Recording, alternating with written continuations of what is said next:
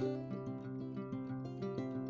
this is a Trane XL80 furnace, and we had the red light blinking code of 4, which means that the high limit blew, and the high limit on this one, you have a rollout here and a rollout here. So these are, if there's a big flame that came out, something went wrong, it's going to shut everything off. So one thing you could do while you're here is just press in on this little button. This one doesn't move because it didn't blow. Same with, I think same with this one. But you can, while you're there, just press in on those. We're going to get to this black, I don't know if you can see this on camera, this black rectangle here in the back. It's against this wall. That's the main one connected to these 2 yellow wires.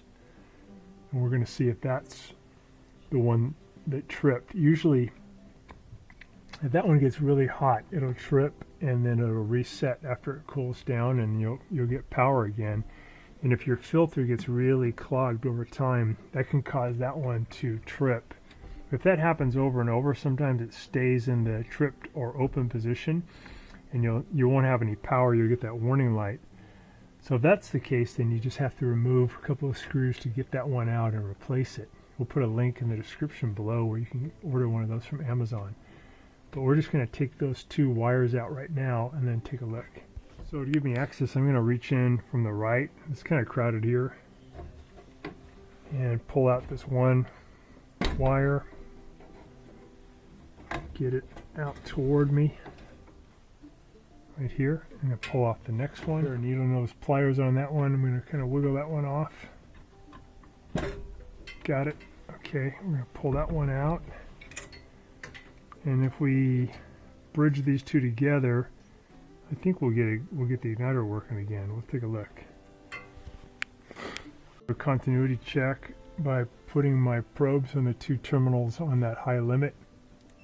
Should hear that if it's a good one. If it hasn't tripped. I can reach it. It's tricky to get in at this angle. Let me see if I can come in from this side. These 2 guys.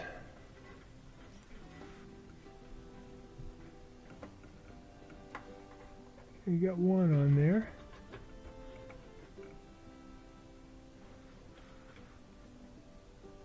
Okay, so I got my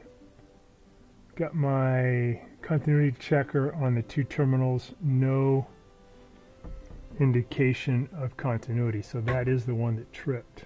So we're going to be replacing that one, and then we'll have heat again. So I just got to take out. Sorry about these wires being in the way.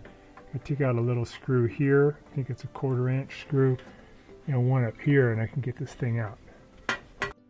We're just going to hold these together to just do a test. Make sure you're not touching the brass. We're going to go ahead and put this door back on so that it activates the door switch. We'll see how it does.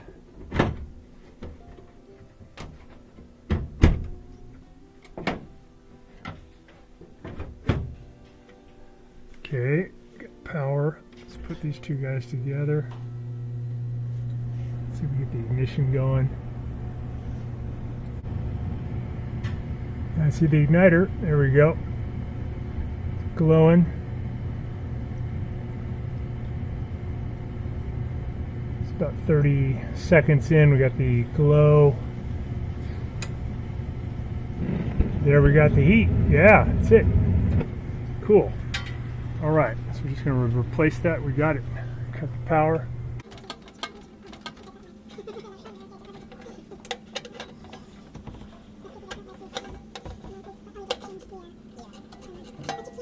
Just get those screws out and grab it now and pull it toward me.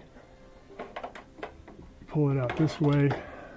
So it's about 3 inches, and then it's got this little guy at the end. So we're just going to be replacing this thing.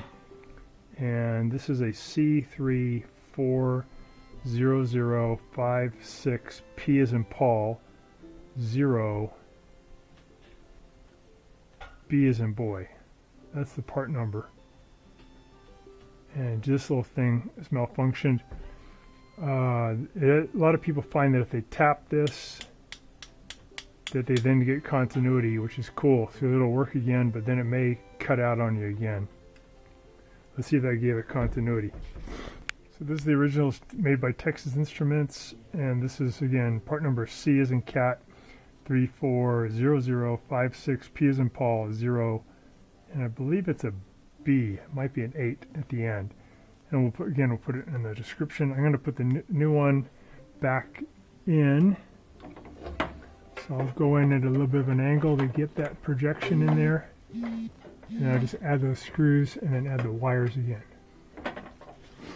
We got our limiter back into place, and we're just going to put these wires back on. Make sure they're nice and snug. There's one. Here's the other one.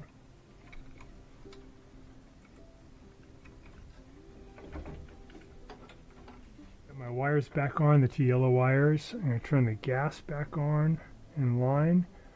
Turn the power back on. I'm going to press in on the door switch. It's calling for heat.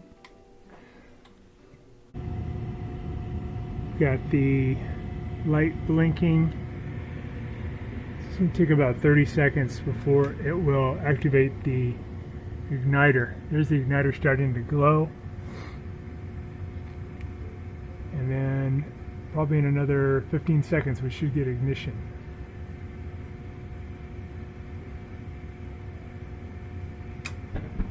There we go. Looks good. Nice blue flames. There's the secondary flames coming in, so we got full heat. Perfect. Another high limit you guys should check though is down near the bottom on the blower housing. Right there. Make sure you have continuity there too. I think that'll stop everything. That's if the blower overheats. Thanks so much for watching our video today. I hope that this video has saved you some time and money. And if so, could you please press down in the video description below the donation link and send us a donation so we can keep this service going. Thanks again. And if you have any questions about this repair, could you contact me at scottthefixitguy@yahoo.com. So thanks again for watching, and we'll see you on the next one.